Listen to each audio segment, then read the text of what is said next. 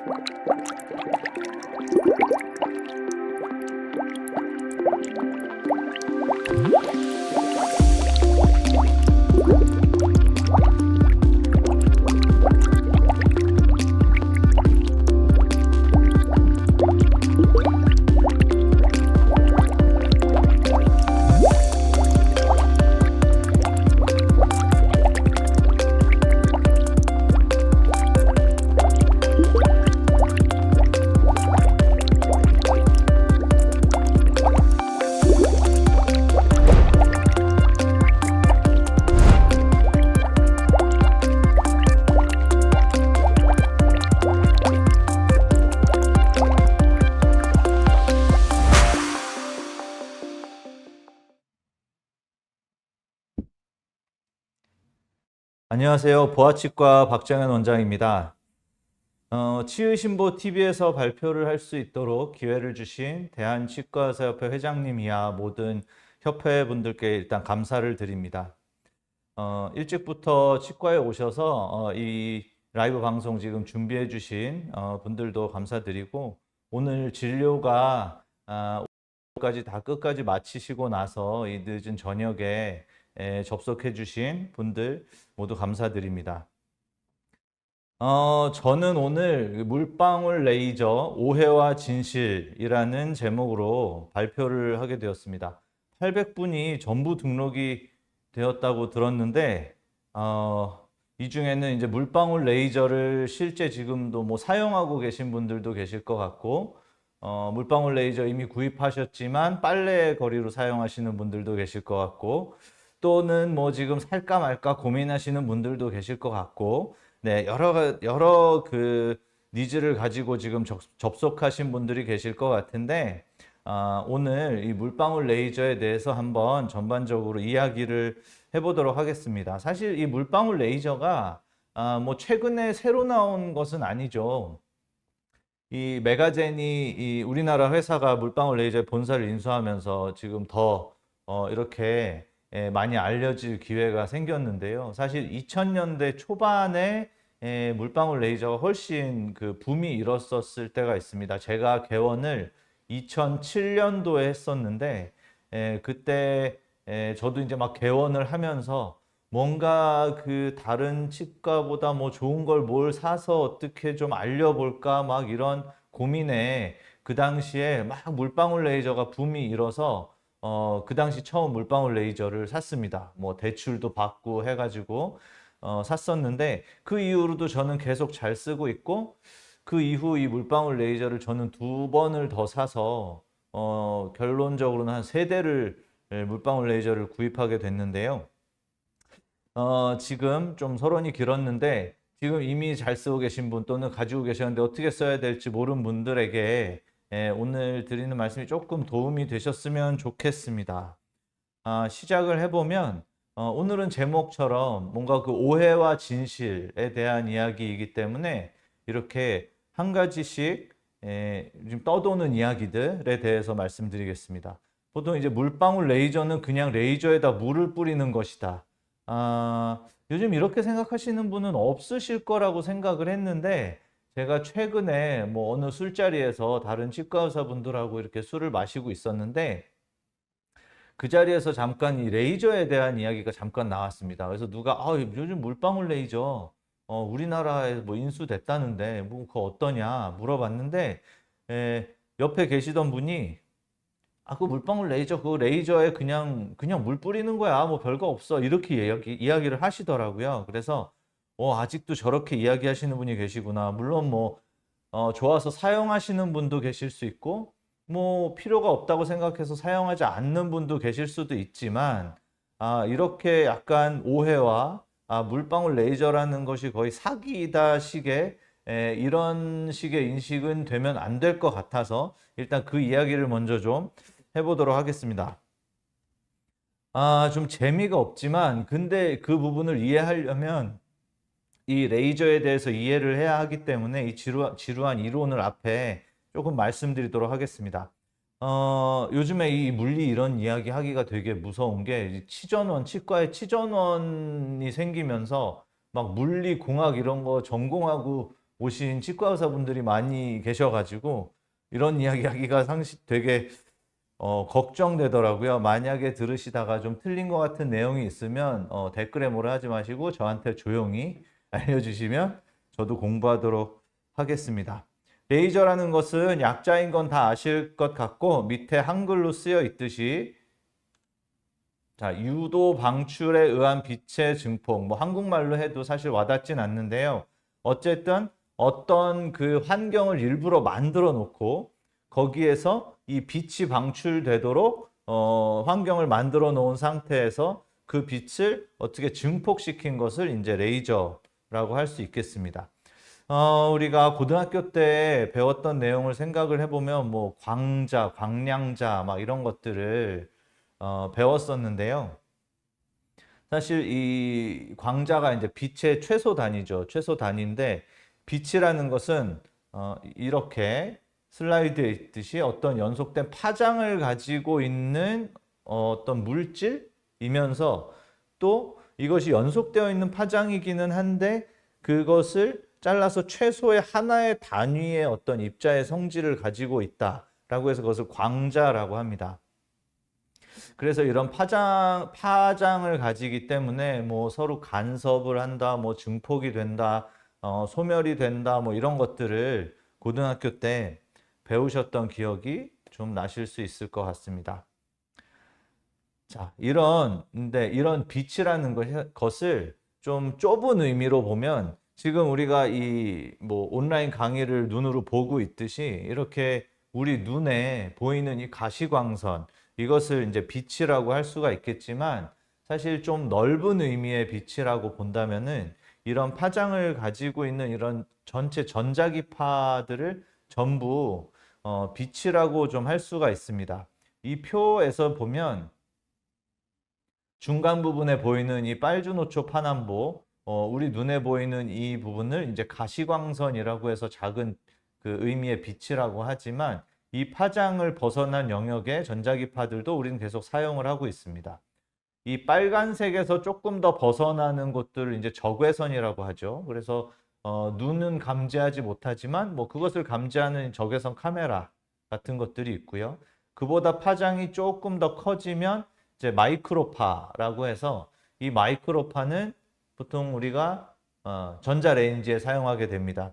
이 전자레인지에 사용하는 마이크로파도 뒤에 물 분자에 반응을 해서 실제 음식물을 넣고 우리가 전자레인지를 돌리면 그 안에 나오는 이 마이크로파가 그 음식물이나 하여튼 그 안에 있는 물 분자를 자극해서 실제 그 물 분자의 회전을 만들면서 그 안에서 열을 만들어서 이제 온도를 올리게 됩니다. 그거보다 파장이 더 커지면 이제 라디오파가 되고요.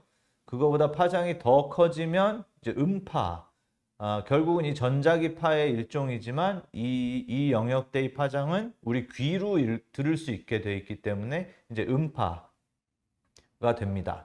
그리고 이 가시광선보다 파장이 더 작은 쪽 보라색에서 더 짧아지면 이제 자외선. 우리가 뭐 자외선 막기 위해서 선크림을 바르는데 그런 몸에 점점 그 파장이 짧아지면서 에너지가 커지니까 몸에 좋지 않은 자외선이 되고요. 그것보다 더 짧아지면 이제 엑스레이, 저희가 엑스레이로 사용을 하고 더 짧아지면 이제 감마선, 뭐 방사능이라고 얘기하는 이제 몸에 좋지 않은 너무 강한 에너지를 가진 이런 파가 됩니다. 이렇게 이 전체의 모든 그 파장을 가진 전자기파를 빛이라고 볼 수 있는데요. 그럼 이 레이저, 이 빛은 결국 우리가 이제 어떤 분자가 이렇게 있다고 할 때 분자 가운데는 핵이 있고 주변에 전자가 돌게 됩니다. 예전 물리 시간 생각해 보면 안정 상태, 들뜬 상태, 뭐 껍질 뭐 이런 거 생각이 나실 텐데요. 안정된 상태에서 전자가 돌다가 외부에서 어느 특정한 에너지가 이 첫 번째 껍질에서 두 번째 껍질로 넘어갈 수 있는 그런 에너지가 들어오게 되면 이런 분자들이 그것을 흡수해서 흥분한 상태, 전자가 더 빨리 돌면서 흥분한 상태가 됩니다. 하지만 이런 흥분한 상태는 안정적이지 않기 때문에 시간이 지나면 다시 안정된 상태로 오면서 또 그 흡수했던 에너지를 밖으로 내보내게 되는데, 이렇게 내보내지는 분자가 이렇게 내보내는 것들, 이 에너지가 이제 빛이라고 볼 수가 있겠죠. 그러면 레이저에서는 어떤 물질, 레이저는 이런 빛을 어떤 환경을 내가 만들어서 내가 원하는 파장대의 빛을 모으는 것이기 때문에 어떤 분자를 가지고 그 분자에 에너지를 계속 넣어주게 되면 그 에너지를 흡수해서 분자가 이런 들뜬 상태가 되었다가 밖에서 에너지는 계속해서 공급이 되는데 들뜬 상태에서 얘는 다시 안정된 상태가 되면서 이 두 껍질의 차이에 어떤 그 에너지, 일정한 에너지를 계속 밖으로 다시 보내게 됩니다. 그럼 밖에서 에너지가 들어오면 또 들뜬 상태가 되었다가 많은 분자가 들뜬 상태가 되었다가 안정된 상태가 되면서 계속해서 일정한 양의 그 파장을 가진 에너지를, 그 빛을 내보내게 됩니다. 이런 빛들이 계속해서 합쳐지면 증폭이 되면서 레이저가 되는데요.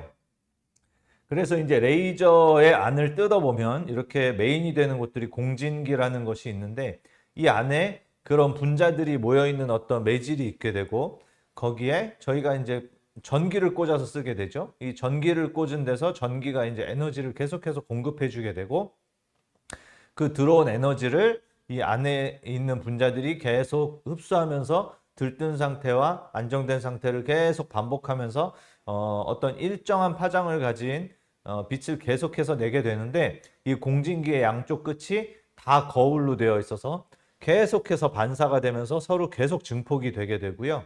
그 중에 한쪽에 있는 거울에는 반사가 되지만 일부가 밖으로 빠져나갈 수 있게 만들어 놓으면 그게 이제 앞으로 나와서 저희가 레이저로 사용을 하게 됩니다. 그래서 이 레이저는 밀도 반전이라는 것이 아까 그 들뜬 상태로 올라갈 수 있는 그런 어떤 매질, 뭐 CO2 레이저다 그러면 CO2가 매질인 것이고요. 뭐 다이오드 레이저다, 다이오드가 레이저이고, 뭐 ND 야그 뭐 이러면 그 합금인데 그 합금이 이제 매질이 되는 것이죠. 그런 매질이 있게 되고 거기에 계속 에너지를 넣을 수 있고, 그것이 안에서 계속 그 공진기 서로 계속 반사되면서 증폭될 수 있는 공진기 만들 수 있으면 이제 나도 레이저를 만들 수 있게 되는 것이겠죠. 이게 좀 지겹지만 어쨌든 레이저에 대한 것인데요. 그래서 그런 물방울 레이저는 뭔데? 레이저에 그냥 물을 뿌리는 것이 아니라 왜 물방울 레이저라고 하냐? 이 물방울 레이저라는 것은 이제 물을 사용하니까 그냥 그렇게 뭐 애칭처럼 이제 사용하게 된 것이고, 원래 정식 명칭은 얼뷸, 크로뷸, YSGG, 이게 하나씩 다 그 분자식인데, 요것들이 합쳐져 있는 매질을 가지고 만들어진 레이저를 물방울 레이저라고 합니다. 그때 증폭되는 파장은 2780 나노메타인데요. 이 어떤 레이저이든 그 특정한 파장이 가지는 고유의 성질을 그 레이저가 가지게 됩니다. 근데 이 물방울 레이저의 2780 나노메타는 물 분자가 이 엄청나게 이게 흡수율이 높은 그런 파장대입니다. 그래서 이 레이저를, 원래 레이저라고 하는 것은 그냥 파장대를 모아놨기 때문에 에너지이기 때문에 우리가 일반 레이저라는 것을 쓰게 되면 만약에 잇몸에다 댔다. 그럼 잇몸이 이렇게 타죠. 그리고 뜨겁죠. 이게 에너지가 이제 열 에너지로 나타나게 되는데, 여기에서 물을 뿌렸을 때 이 물과 물방울 레이저가 만나면 실제 그 레이저의 열도 있지만 그 에너지를 물방울이 흡수하면서 순간적으로 이 폭발하는 반응이 일어나게 됩니다. 그러면서 이 물방울이 터지는 그 폭발력을 이용해서 사용을 하게 되고요. 그러니까 실제 그 레이저 자체라기보다는 그 레이저를 맞은 물방울을 이용한다고 봐야 되겠죠. 그렇기 때문에 그 물방울을 이용할 때는 물을 이용하니까 다른 레이저와 다르게 열이 발생하지 않습니다. 레이저에서 열이 발생하지 않기 때문에 이 물을 사용하는 레이저는 이 물방울 레이저는 경조직에 쓸 수 있게 되어 있는데, 뭐 치과에서 경조직이라 하면 뼈 아니면 치아죠. 그런데 다른 레이저들은 치아나 뼈에 이렇게 오래 조사를 하게 되면 뼈나 치아의 온도가 올라가게 되고, 그렇게 되면 조직이 괴사가 될 수 있습니다. 뼈가 괴사된다거나 또는 치아는 치아 안에 있는 치수가 괴사될 수가 있죠. 그래서 일반적으로 열을 올리는 레이저는 치아의 경조직에 사용을 할 수가 없는데, 물방울 레이저는 열이 발생하지 않고 물방울의 힘으로 쓰기 때문에 치아를 깎거나 뼈를 깎는데 가능한 허가가 되어 있는 레이저라고 할 수가 있습니다. 네, 뭐 지금 다 말씀드린 내용인데요. 물에다가 레이저를 쏘게 되면 그 안에 있는 물 분자가 이 레이저를 맞다가 이 폭발하는 힘이 생기면서, 그것을 이제 하이드로키네틱이라고 하는데, 이 물 분자가 순간 가속 에너지가 생기면서 앞에 있는 연조직 내지는 경조직을 뭐 자르거나 파거나 이렇게 하게 됩니다. 그래서 그 레이저를 가지고 치아에다가 쏴봤을 때 이 오른쪽에 보이는 것은 물 없이 그냥 보통 그 물방울 레이저도 물을 끄면 그냥 일반 레이저이기 때문에 물을 사용하지 않고 그냥 레이저를 쭉 쏘면 그냥 열 에너지만 나오기 때문에 이렇게 표면이 좀 열에 의해서 녹는 것처럼 이렇게 되지만, 물을 사용해서 치아에다 쓰게 되면 버와는 조금 다르지만 어쨌든 이 오른쪽처럼 타는 게 아니라 실제로 이 경조직을 깎아내는 것처럼 이렇게 깎이게 됩니다.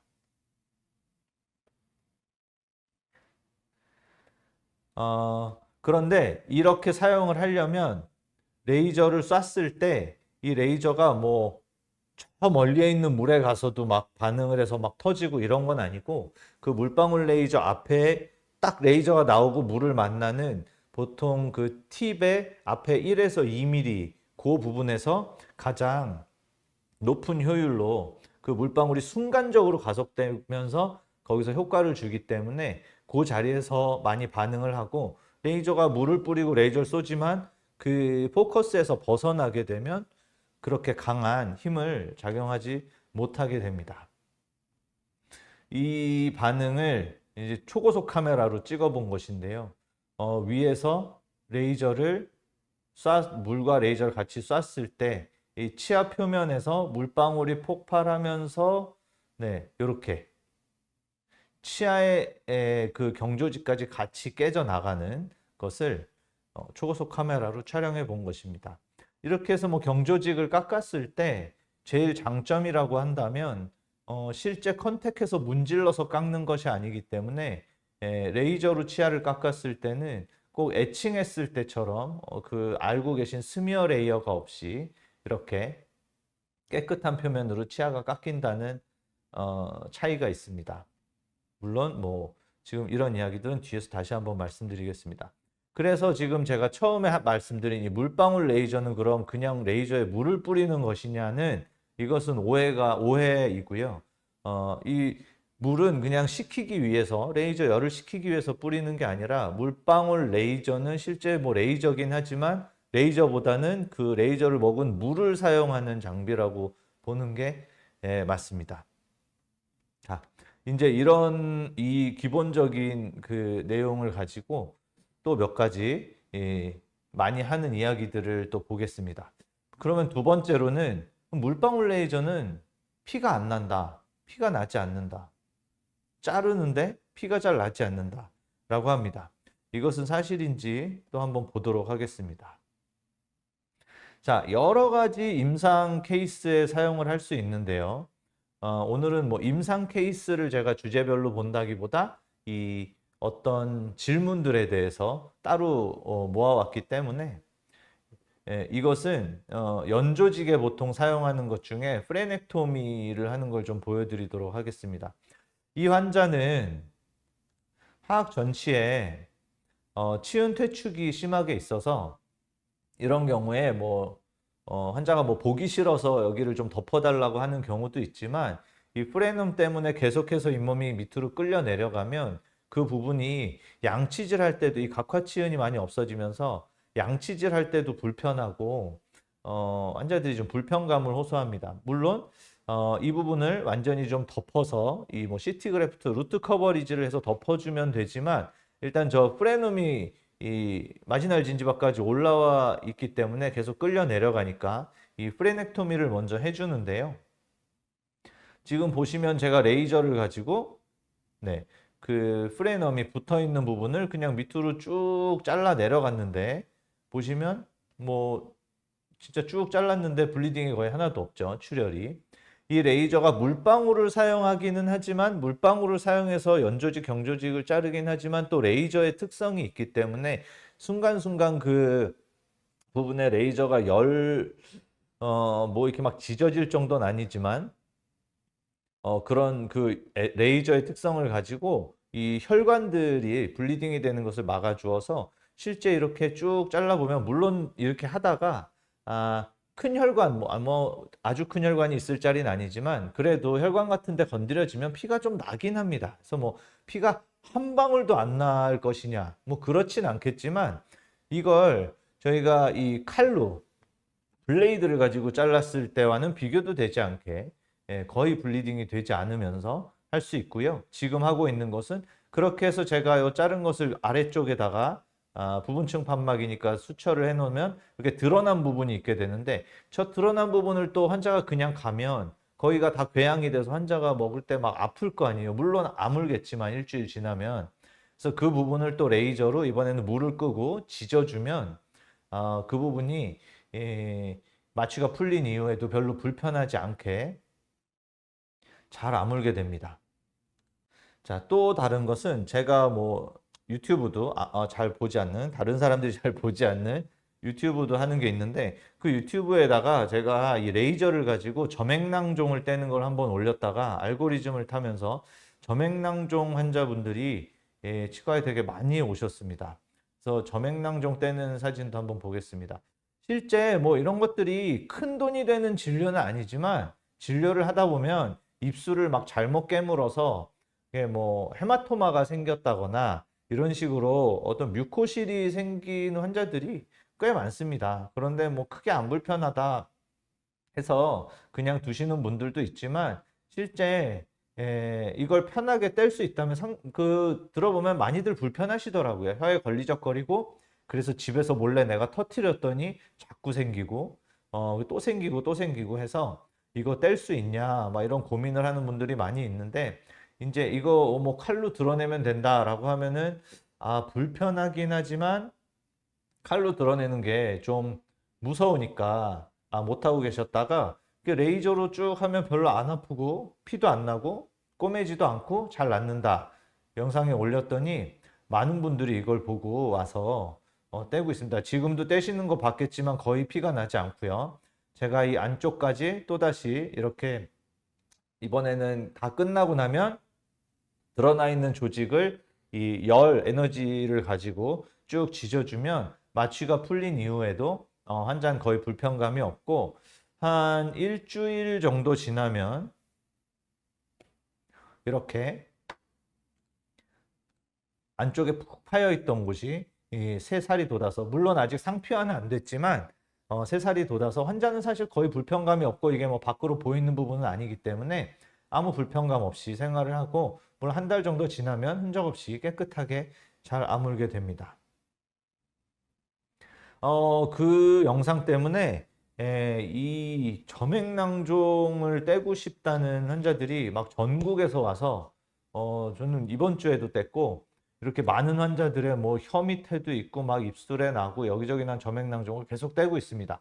한때는 하도 연락이 와서 물방울 레이저로 점액낭종을 떼고 싶다는 분들이 하도 연락이 와서 저희 직원들이 거짓말로 레이저 고장났다 그러고 예약을 안 잡아드렸던 적도 있는데, 네, 최근에 환자가 많이 줄어서 점액낭종도 재밌게 잘 떼고 있습니다.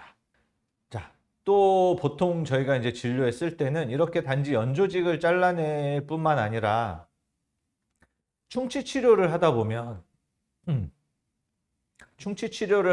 잇몸을 잠깐 좀 잘라야 된다거나 충치가 뭐 치은 연화로 내려가 있다거나, 지금 이 케이스 같은 경우 영상이 좀 작아서 잘 안 보이실 수도 있는데, 이게 45번 치아에 치경부 환자가 이제 45번이 시리다고 오셨는데, 보면은 치경부 파절이 있는데 이 치경부 파절이 잇몸 위로는 살짝만 보이고 거의 잇몸 안쪽으로 지금 깨져 있는 상태죠.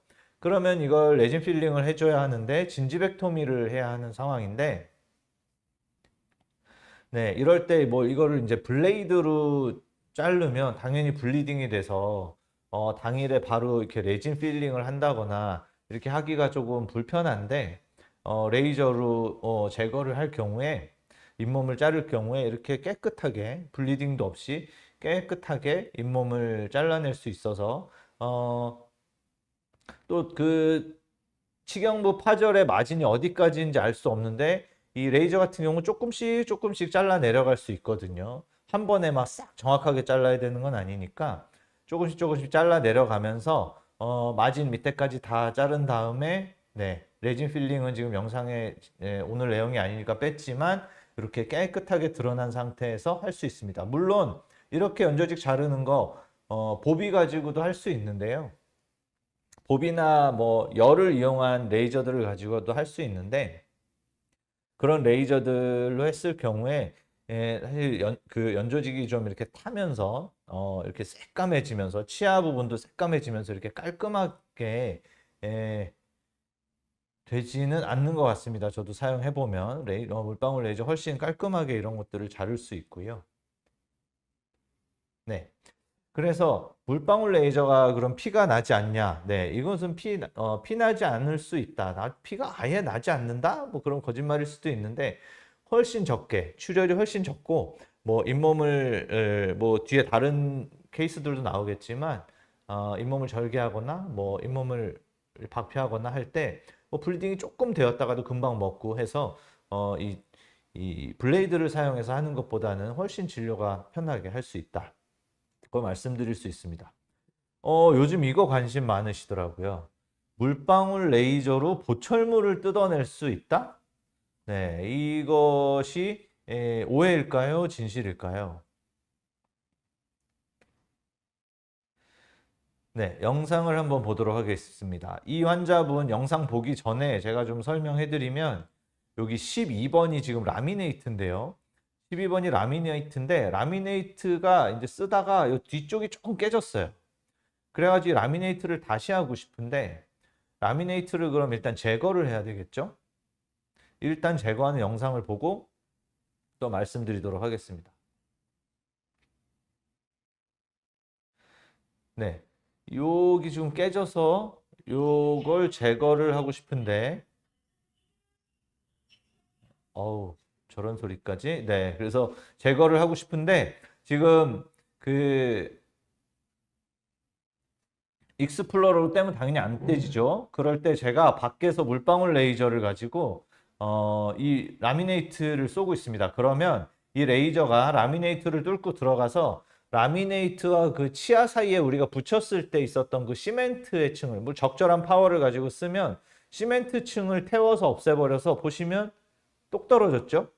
네, 똑 떨어진 걸 볼 수가 있습니다.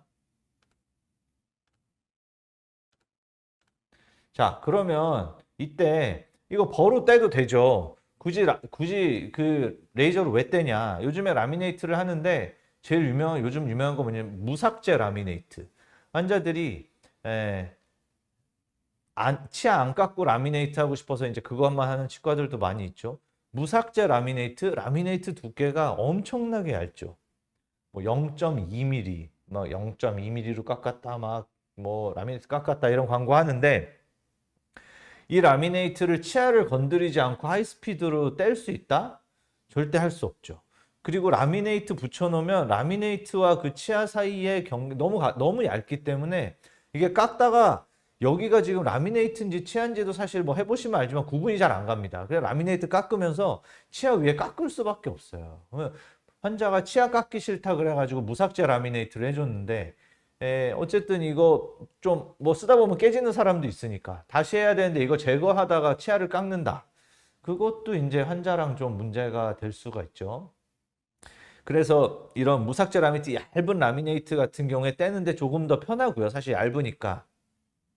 삭제해서 라미네이트 하는 경우도 있죠. 치아가 뭐 크라우딩이 있어가지고 무삭제로는 할 수 없을 때. 뭐 그럴 때 이제 이맥스 라미네이트 하면 그거는 이런 백금박 라미네이트보다는 조금 더 두꺼울 텐데요. 뭐 그런 것들을 떼려면 시간이 조금 더 걸리고 파워가 조금 더 들기는 할 겁니다. 네. 일단 라미네이트는 그래서 이게 라미네이트를 레이저로 뗄 수 있다는 게 상당히 또 도움이 되고요. 물방울 레이저에서는 이 레이저의 회사의 프로토콜에는 지르코니아 크라운도 뗄 수 있다고 되어 있습니다. 파워를 높여서 충분한 파워를 쏘면 이 지르코니아의 레이저가 이제 쏴서 그 안에 있는 시멘트를 태워서 지르코니아도 쏙 벗길 수 있는 영상들이 저도 이게 궁금해서 유튜브 찾아보니까 유튜브에 이거 올라온 게 많이 있더라고요.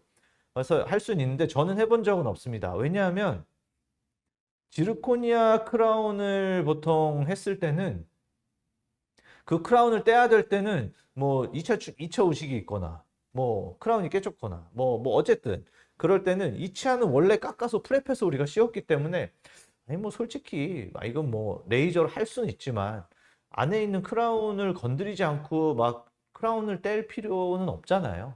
어차피 크라운 다시 해야 되고 안에 있는 충치 다시 해야 되고 그래서 그러다 보니까 사실 저도 라미네이트 뗄 때는 썼는데 크라운은 제가 떼보고 싶은 생각은 있는데 레이저를 써서 떼야 될 케이스가 사실은 별로 없더라고요. 그래서 해보지는 못했습니다.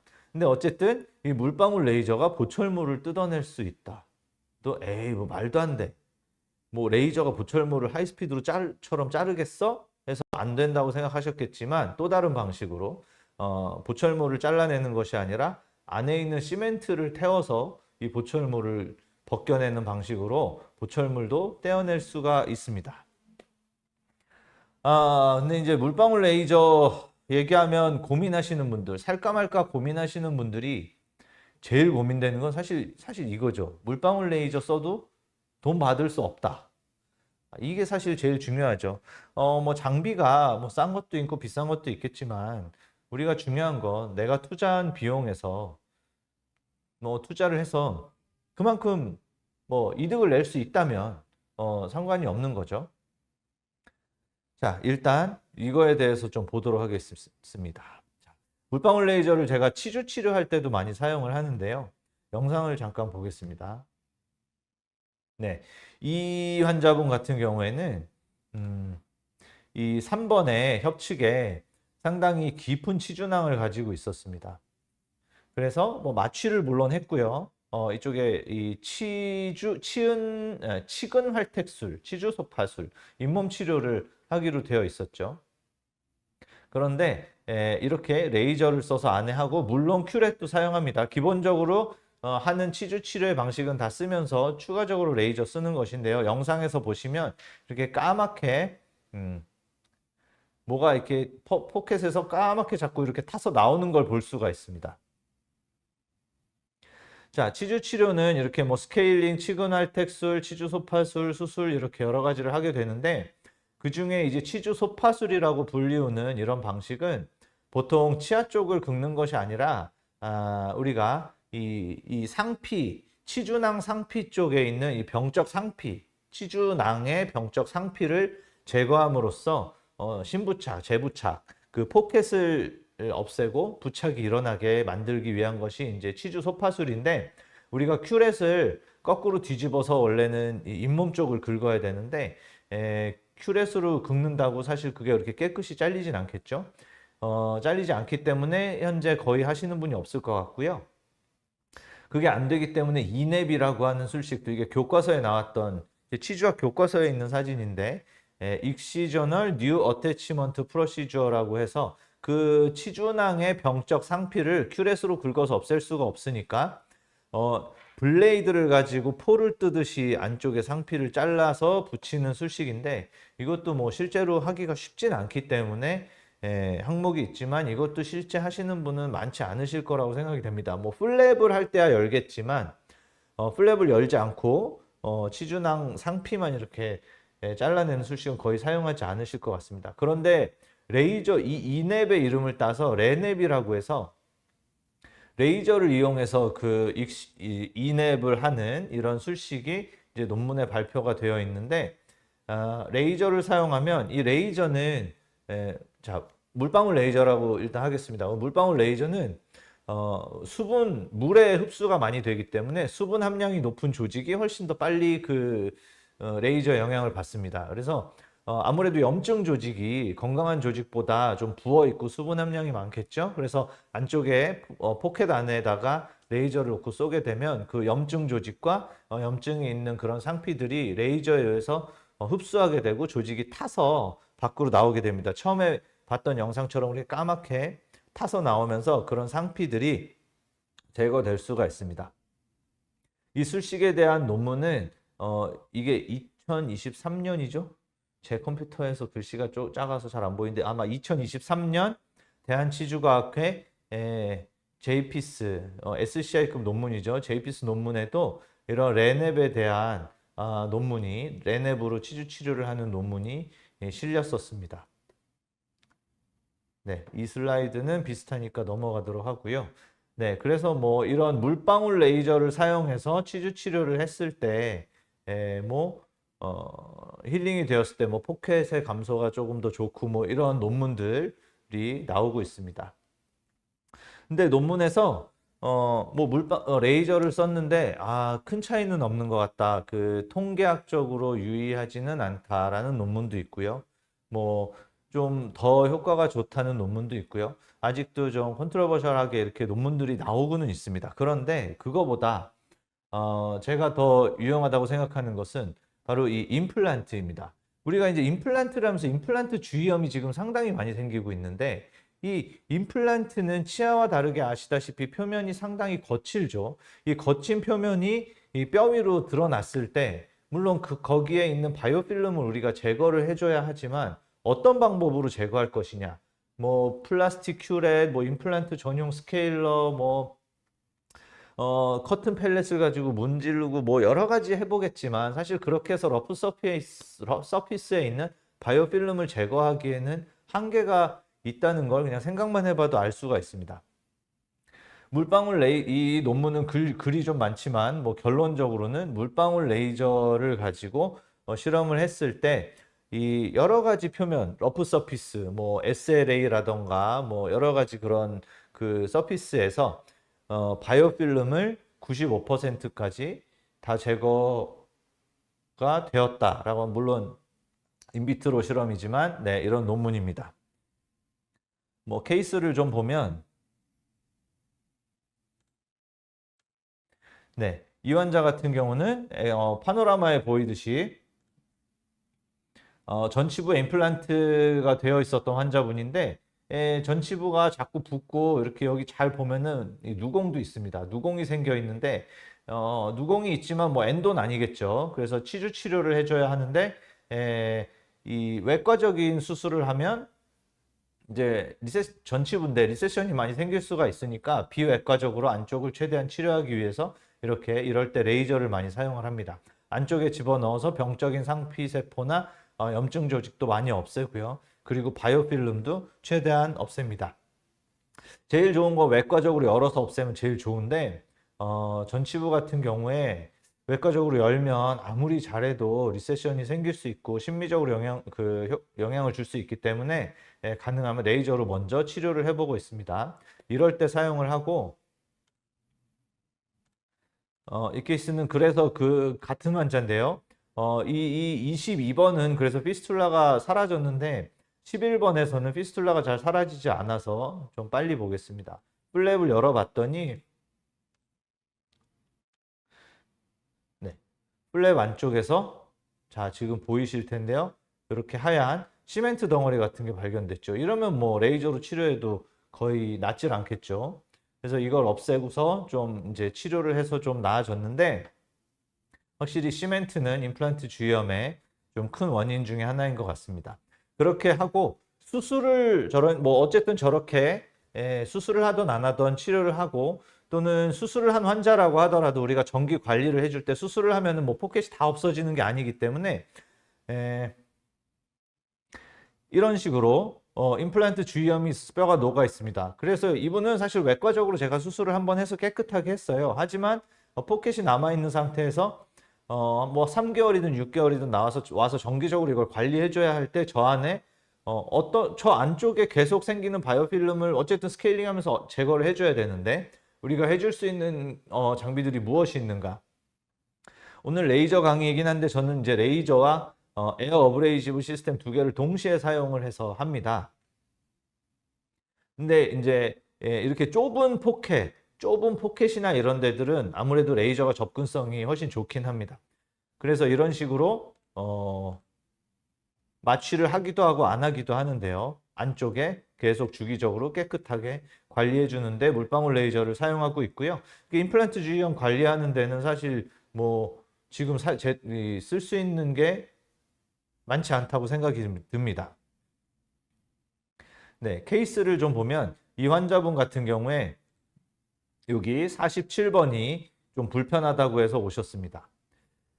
그래서 약간 뼈가 녹아 보이지만 그렇게 많이 녹지 않았기 때문에 비외과적인 방법으로 2년 동안 계속해서 관리를 했는데, 2년이 지나는 동안에도 뼈가 계속 조금씩 녹고 불편감이 사라지지 않았습니다. 그래서 안 되겠다, 일단 수술을 해야 되겠다 해서 외과적으로 열었는데, 자, 이렇게 열어서 픽스처를 우리가 보고 있다고 해도 이 본 상태에서 이 표면을 깨끗하게, 이 표면에 있는 바이오필름을 깨끗하게 해줄 수 있는 방법이 물리적으로 문제 가지고는 할 수가 없습니다. 그래서 저는 지금 오늘 얘기하고 있는 이 물방울 레이저와 에어 어브레이시브 시스템, 그리고 테트라사이클린도 바르고 서피스 모디피케이션도 하고 뭐 이런 뭐 최선을 다하는 거죠. 할 수 있는 모든 방법을 써서 보통 임플란타이티스 수술을 하고 있습니다. 그렇게 해서 이 영상은 뭐 이렇게 밖에서 찍다 보니까 제대로 보이지도 않는데, 어쨌든 물방울 레이저를 사용했다 정도로 봐주시면 될 것 같고, 그 다음 영상에서는 네, 이런 에어 어브레이시브 시스템도 함께 사용해서 최대한 안을 깨끗하게 했습니다. 그렇게 해서 수술을 한 이후에 그 다음에 정기적인 체크를 할 때는 레이저랑 에어 어브레이시브 시스템이랑 두 가지를 사용해서 정기 관리를 계속 해드렸더니 2016년, 2018년, 2019년, 네, 2025년, 이게 2016년이니까 한 9년 정도 된 올해 엑스레이인데요. 보시면 파노라마이긴 하지만 확실히 수직적으로 뼈가 녹아있던 곳이 뼈가 그때보다 이제 스레드로 비교해 봤을 때 확실히 뼈가 좀 차오른 것을 볼 수 있고, 평평하게 이제 염증이 다 없어져서 환자의 불편감은 다 사라지고 잘 지금 유지 관리되고 있습니다. 또 다른 환자분도 보면 2012년에 오셨을 때 이런 46번의 임플란트가 거의 밑에서 첫 번째, 두 번째 스레드까지 뼈가 이렇게 쭉 내려가 있었는데, 마찬가지 이런 여러 가지 중간 과정은 제가 지금 다 시간상 뺐고요. 여러 가지 외과적인 치료와 레이저를 이용한 그런 비외과적인 유지 관리로 2023년, 제가 요 뒤에 엑스레이로 업데이트를 했어야 되는데요. 2023년 사진을 봐도 여기 뼈가 다 차올라서 네, 평평하게 이제 염증이 없어진 것을 볼 수가 있습니다. 이렇게 물방울 레이저를 가지고 그 안에 바이오필름을 제거하기도 하고요. 이 논문에서는 이 레이저를 이용해서 그런 러프 서피스에 있는 이 칼시파이드 디퍼짓 치석도 제거할 수 있다. 물론 이제 파워를 높이면 경조직을 깰 수 있기 때문에 치석 제거도 할 수 있죠. 논문상 그렇긴 한데 저는 실제 뭐 치석 제거하려고 레이저를 쓰지는 않는데요. 보통 치석 제거는 이 서피스 모디피케이션을 하면서 치석을 없앱니다. 자, 이 환자도 40번 때 보시면 염증이 많이 있는 것을 볼 수 있습니다. 뼈가 계속해서 내려가고 있는데요. 여러 차례 수술을 해서 물방울 레이저도 쓰고 에어 어브레이지브 시스템도 쓰고 재발해서 또 수술하고 했습니다. 3번의 수술 끝에 똑같이 계속 유지 관리한 결과 2014년도에 엑스레이 보시면 수직적으로 이렇게 뼈가 많이 녹아 있었는데 현재 그 10년이 지난 2024년도에 엑스레이 보시면 완전히 평평해지고 그냥 엑스레이 봐도 아 염증이 완전히 없어졌구나 라는 걸 볼 수 있고요. 이 상태로 지금 계속해서 잘 사용을 이제 하고 계십니다. 이제 엔도에 대해서도 레이저를 사용을 할 수가 있는데 저는 엔도에 대해서는 사실 잘 모릅니다. 그래서 9월 29일에 아마 메가젠에서 이 외국에서 레이저로 엔도를 잘 하시는 분을 모셔서 세미나를 하는 것으로 알고 있는데요. 관심 있는 분들은 주변에 이제 메가젠 영업 사원분들께 신청을 하시면 되실 것 같습니다. 자, 이렇게 치주 치료나 신경 치료는 치료를 하게 되면 비용을 결국 급여 비용밖에 받을 수 없기는 합니다. 지금은. 그래서 레이저를 사용해서 치주 치료를 하거나 뭐 레이저로 어떤 치료를 할 때 이런 또 다른 어떤 코드를 잡아서 신의료 기술로 만들어 줄 수 있다면 레이저를 쓰는 저희가 더 좋을 텐데요. 이건 앞으로 뭐 회사, 학회, 뭐 유저분들이 모두 합심을 해서 앞으로 이루어야 할 일인 것 같습니다. 자, 그런데 이 케이스는 이제 심미적인 치료를 하는 케이스입니다. 보통 심미적인 치은 절제술인데요. 보시면 이 환자분은 앞에 페글 아테리얼리스도 있고 그래서 라미네이트를 하고 싶었는데 치아 자체가 너무 짧죠. 옆에 뭐 3번도 보면 짧고 해서 라미네이트를 하기 전에 이 치은 절제를 하기로 했던 환자입니다. 근데 치은 절제를 하기 전에 얼마만큼 자를까 아까처럼 레이저를 이용해서 잇몸에 그림을 그릴 수도 있고요. 지금 보면 레이저를 가지고 조금씩 사실 블레이드를 가지고 자를 수 있죠. 수술을 하면 되는데 그때는 이렇게 깔끔하게 한 번에 잘라야 하는데 그러다가 뭐 조금 더 잘라야 한다거나 막 이럴 때 좀 어렵죠. 그런데 레이저는 그냥 조금씩 자르면서 만약 조금 이 부분을 더 잘라야 한다거나 모양을 조금 다듬어야 된다거나 할 때 편하게 그림 그리듯이 이렇게 잇몸을 성형을 할 수가 있습니다. 그래서 한쪽을 이렇게 싹 올려놓고 환자한테 보통은 한쪽을 잘라놓고 보여주게 되고요. 나머지 반대쪽도 자르는데 보시면 블리딩도 하나도 없고요. 앞에서 보여드렸듯이 근데 마취를 하느냐? 마취 당연히 합니다. 네, 마취해야 환자도 저도 편하기 때문에 마취해서 이렇게 심미적으로 치은 절제하는데 이런 것들은 이제 비급여로 할 수가 있죠. 이런 것들은 비급여로 정해서 제가 받고 있는 항목이고요. 그래서 이 환자는 원래 왼쪽 위에 보이듯이 이렇게 정중부에 이개도 있었고 했는데 교정을 해서 치아를 모은 이후에 치은 성형도 하고 라미네이트까지 이렇게 완성을 했던 환자입니다. 그리고 또 한 가지는 이렇게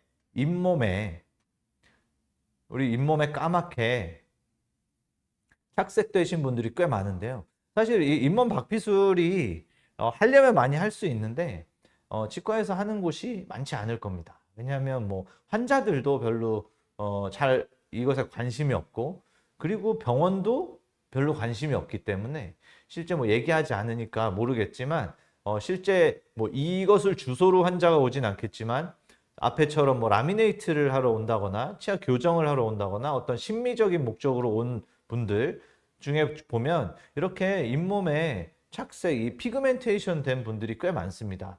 네, 이런 분들 그것을 알려드리고 이런 예쁘게 하기 위해서는 지금 잇몸도 깨끗하게 하는 게 좋다고 하면은 뭐 모든 환자가 하진 않겠지만 그런 없었던 환자들이 이제 진료를 받게 되는데요. 이런 것들은 이제 비급여로 할 수가 있습니다. 제가 물론 이것을 블레이드로 이렇게 박피를 블레이드로 할 수도 있고요. 뭐 벌을 이용해서 할 수도 있는데 그렇게 할 경우에 블리딩도 많이 되고 사실 힐링될 때 환자의 그 불편감도 많은데 이렇게 레이저로 하게 되면 지금 계속 보고 계시지만 블리딩도 거의 없고 하는 동안 환자도 거의 잠들게 되고요. 이렇게 깨끗하게 해놓고 나면 환자 불편감도 사실 거의 없습니다. 그래서 위에 사진처럼 이렇게 착색되어 있던 분이 이렇게 깨끗하게 되기도 합니다. 논문에서 블레이드로 했을 때보다 레이저로 했을 때 치유도 빠르고 환자 불편감이 훨씬 적다고 이렇게 논문에 보고가 되고 있습니다. 이 환자분 같은 경우도 사실 전치부 라미네이트를 주소로, 전치부 성형을 주소로 치과에 오셨는데, 여자분인데 잇몸이 너무 까매서, 이런 분들 앞니 예쁘게 만들기 전에 일단 잇몸이 좀 깨끗해지면 예쁠 것 같다 하면 이렇게 잇몸 미백이라 부르지만 어쨌든 이 디피그멘테이션을 하게 되는데요. 이 오른쪽 사진 보면 수술한 직후고요. 3일만 지나도 상피화가 돼서 보기 이상하지 않고 환자 불편감 없고, 뭐 한 달이면 거의 흔적도 없습니다. 이 환자가 앞니를 하고 나서 나중에 앞니가 깨져서 5년 정도 됐을 때 앞니 성형한 게 좀 깨져가지고 다시 왔길래 제가 찍어봤는데, 처음보다 완전히 그 디피그멘테이션 해놨을 때보다는 약간 색이 돌아왔지만 그래도 상당히 처음보다는 많이 유지되고 있는 것을 볼 수 있었습니다. 이 환자 똑같은 환자라 그냥 간단히 넘어가겠습니다. 이 환자는 이 자체를 주소로 왔던 환자인데요. 잇몸이 너무 검다. 그래서 잇몸을 맑게 해주고 나서 환자가 교정까지 했던 그런 환자입니다. 또 물방울 레이저를 사용하면 치료비를 받을 수 없다. 사실 급여로 정해져 있는 치주치료나 엔도 같은 거 하면 그걸 비급여로 받는 것은, 옛날에는 그렇게 하면서 그런 것들이 과대광고가 돼서 사실 물방울 레이저가 막 공격을 받고 그랬었는데, 실제 현실에서는 치주와 엔도는 사용할 수 있고 뭐 좋은 점도 있지만 비용을 더 받을 수는 없습니다. 그것은 신의료기술 같은 것들을 이제 만들어서 해 나가야 할 숙제인 것 같고, 하지만 비급여 치료에서도 충분히 치료비를 받을 수 있는 항목들을 아까처럼 만들어서 사용을 할 수 있습니다. 자, 그러면 물방울 레이저가 크라운 프랩도 할 수 있느냐에 대해서도 좀 보겠습니다.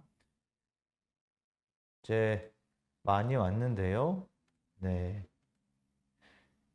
자, 치아가 이렇게 보면 깎입니다. 이 레이저가 경조직에 쓸 수 있기 때문에 치아가 깎이고요. 파워를 올리면 생각보다 그렇게 느리진 않습니다. 꽤 빠른 속도로 치아를 깎을 수는 있는데, 뭐 당연히 보시면 아시겠지만 벌로 우리가 어떤 마진을 깨끗하게 형성하는 그런 식으로 프랩을 하기는 좀 어렵습니다. 그래서 크라운 프랩을 할 수 있느냐라고 이야기를 하신다면 그것은 좀 어려울 것 같아요. 하지만 치아를 깎았을 때 마찬가지 스미어 레이어 없이 이렇게 깨끗하게 치아가 깎이는 장점은 있습니다.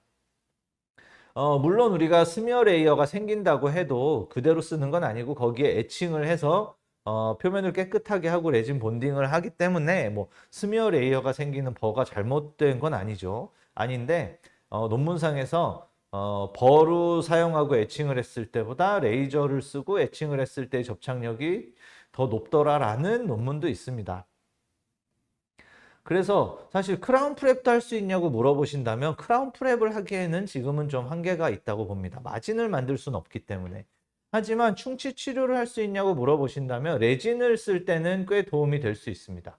근데 당연히 뭐 레이저가 그걸 할 수 있다고 해서 하이스피드로 하는 게 훨씬 빠르고 편한데 굳이 레이저를 가지고 충치 치료를 할 필요가 있느냐?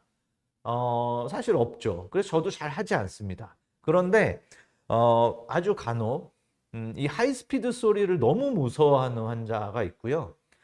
그 덴탈 포비아를 가진 환자들이 가끔 치과에 오죠. 너무 무서워서 막 귀마개도 하고 막 벌벌 떨고 막 하이스피드 소리와 그 스케일러 소리에 막 무서워서 어쩔 줄 모르는 환자들이 있는데요. 우리가 마취를 해놓고 하이스피드로 그 치아를 깎는다고 해도 시린 느낌은 없지만 그 하이스피드로 치아를 긁는 느낌, 치료받아 보셔서 다 아시겠지만 그 느낌 자체가 상당히 기분이 좋지 않습니다.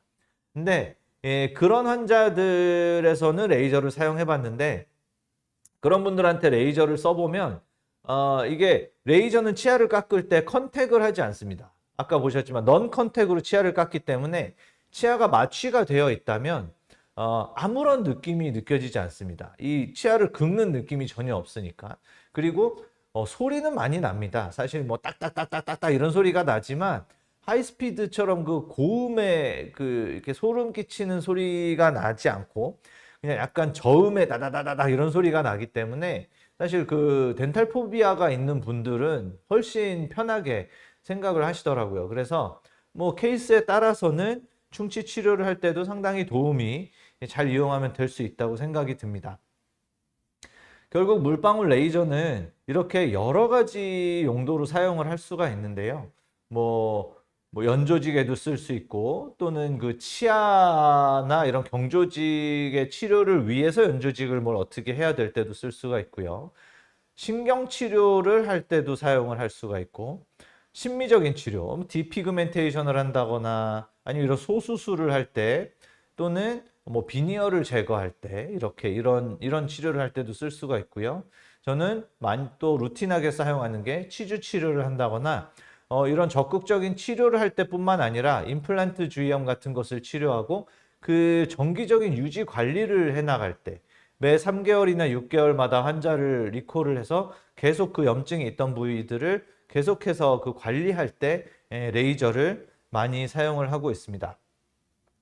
이런 것들이 이런 레이저의 어떤 살균 효과라던가 지혈, 그 피가 잘 나지 않게 해주는 것, 그리고 레이저의 특징으로 힐링을 좀 빠르게 해주고 그래서 출혈이 적기 때문에 붓기도 적고 이런 효과들, 이런 것들로 인해서 좋은 영향을 이제 주게 되는데요. 물론 레이저가 없다고 해서 할 수 없는 치료는 하나도 없습니다. 없이도 모든 치료를 아주 양질의 치료를 할 수 있지만 그렇지만 지금처럼 일부 잘 사용을 한다면 술자가 상당히 편안하게 치료를 좀 더 편안하게 할 수 있고요. 술자가 편하다는 건 당연히 환자가 편해지고 그 환자가 편하다는 것이 결국은 입소문이 나서 뭐 저희는 얼서를 치료하러만 오는 환자도 있고 지금 아까처럼 뭐 점액낭종 같은 거를 때려 오는 것들이 큰 치료는 아니지만 그런 것들로 인해서 자꾸 환자들이 유입돼서 결국 입소문이 나고 그것이 치과 경영에도 결국 크게 도움이 될 거라고 생각이 듭니다. 네, 짧은 시간에 많은 것들을 말씀드리느라고 좀 두서없이 말씀드린 것 같긴 하지만 오늘 제가 그런 물방울 레이저의 떠도는 이야기들이라는 주제로 그 오해와 진실에 대해서 말씀드렸습니다. 질문이 많이 올라왔다고 주셨습니다. 요즘 각광받는 플라즈마 고주파 장비를 이용한 엔도, 네, 저도 많이 들었습니다. 물방울 레이저 엔도용 팁을 이용한 신경치료와의 차이점이 있다면 어떤 것인지 궁금하고 장단점 또는 네, 제가 대략은 말씀드릴 텐데 제가 아까도 말씀드릴 때 확 뛰어넘은 게 엔도잖아요.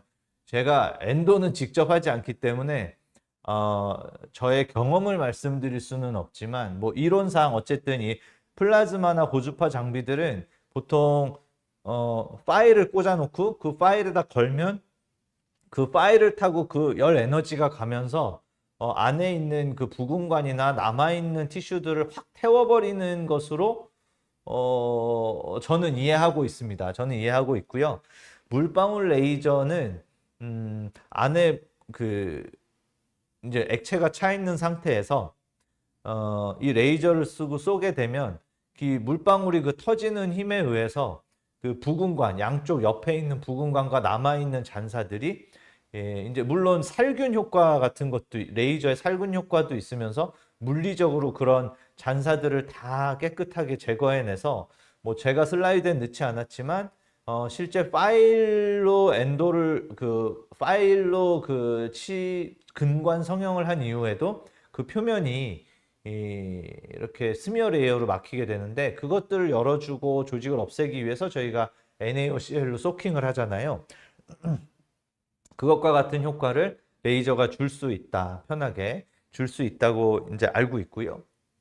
그래서 뭐 목적은 똑같죠. NaOCl을 쓰던 플라즈마 고주파를 쓰던 물방울 레이저를 쓰던 우리는 그 목적은 똑같은데 그런 다른 효과를 가지고 그 좀 원하는 바를 얻을 수 있다라고 생각하시면 되겠고요.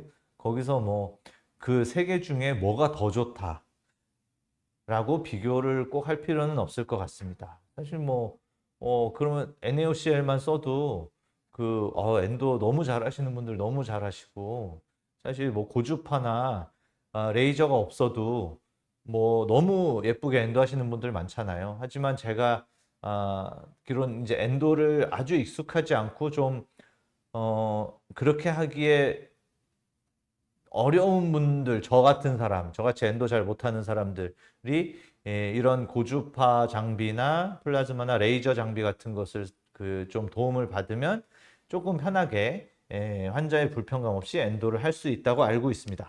두 번째는 포켓 내부 처치하고 외부의 각화 치은도 레이저로 처치하시는데 너무 자세히 보셨습니다. 네, 제가 여기서 아까 그냥 뭐 그런 것까지 자세히 설명은 안 드렸었는데요.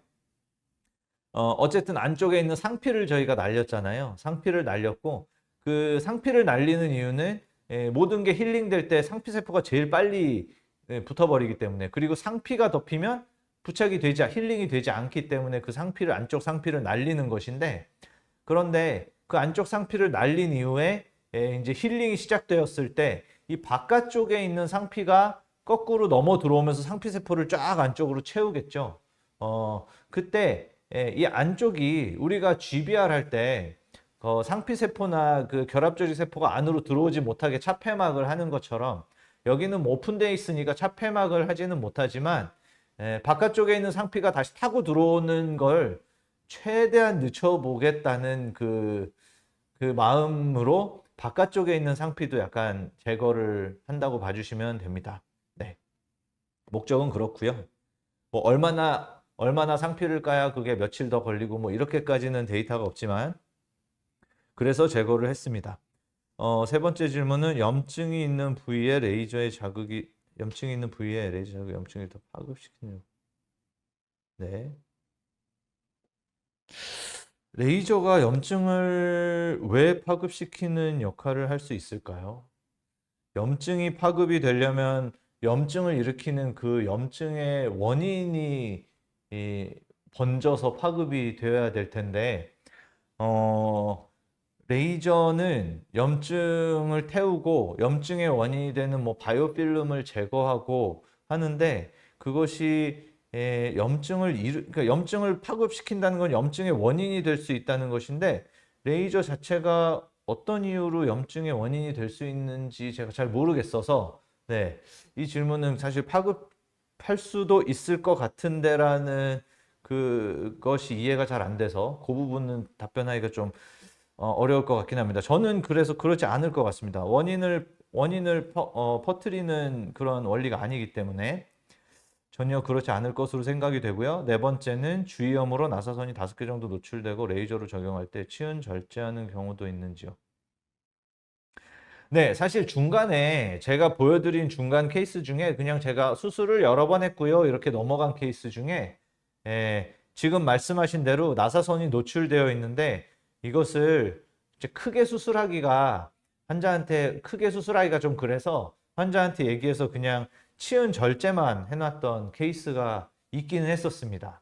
그런데 각화치은도 부족하고 그 상태에서도 각화치은이 많이 없어지고 그렇게 치은 절제만 해놨을 경우 힐링되면서 그 잇몸이 다시 차올라서 사실 그 내려놓은 잇몸이 유지되기는 쉽지가 않은 것 같아요. 그래서 이런 경우에 레이저로 치은 절제만 하는 것은 저는 요즘에는 하고 있지 않고 확실하게 플랩을 열어서 안쪽을 완전히 깨끗하게 해주고 치은 절제로 각화치은이 없어지는 것은 그렇게 좋은 것 같지는 않습니다.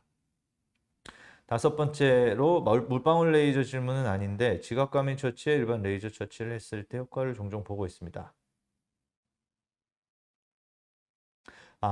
네. 레이저가 지각감인 처치에 사용을 할 수 있다고 지금 되어 있어서 보험 코드가 실제 있는데요. 그 보험 코드에 특정 레이저만 쓸 수 있게 지금은 되어 있습니다. 그래서 물방울 레이저는 안 되고 다이오드 레이저 중에 한 두 종류, 세 종류, 제가 정확히는 모르겠는데 그게 뭐 모든 다이오드 레이저, 요건 좀 정확하지 않습니다. 정확하지 않은데 제가 알기로는 모든 다이오드 레이저가 되는 것도 아니고 그 중에 어떤 특정 이렇게 지정된 레이저, 그리고 예전에 이제 키레이저라고 예전에 판매되었던 얼비움 야그 레이저가 그 보험에서 사용할 수 있는 것으로 제가 등재되어 있다고 알고 있는데요.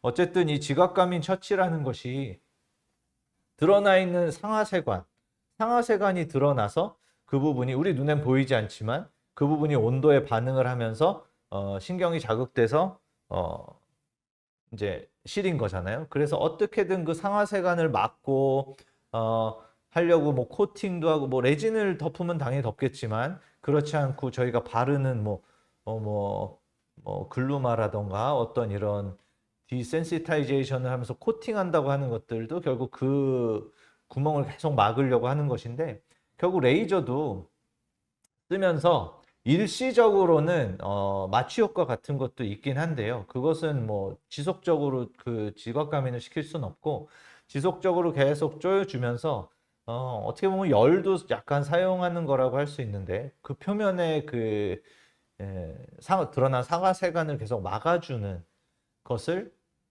목표로 하는 것으로 저는 알고 있습니다. 네. 그런데 이게 일반 레이저라는 게 뭘 쓰고 계신지 모르겠지만 뭐 가지고 계신 레이저가 등재가 되어 있다면 보험 청구하실 수 있고요. 현재 그렇지 않은 레이저라면 뭐 쓸 수는 있지만 보험 청구는 할 수 없고 수가를 받을 수는 없습니다. 이런 것도 이제 코드를 좀 만들어 가는 것이 필요하다고 생각합니다. 네. 이상 지금 들어온 질문까지 다 말씀드렸습니다. 아유, 늦게까지 봐주신 분들 감사하고요. 네. 궁금하신 것들은 뭐 메가젠 아시는 뭐 영업사원분들께 전달을 해주시면 뭐 제가 나중에 기회 되면 또 따로 전달을 하거나 하도록 하겠습니다. 오늘 발표를 마치겠습니다. 감사합니다. 치과계 중심 채널 치해신보 TV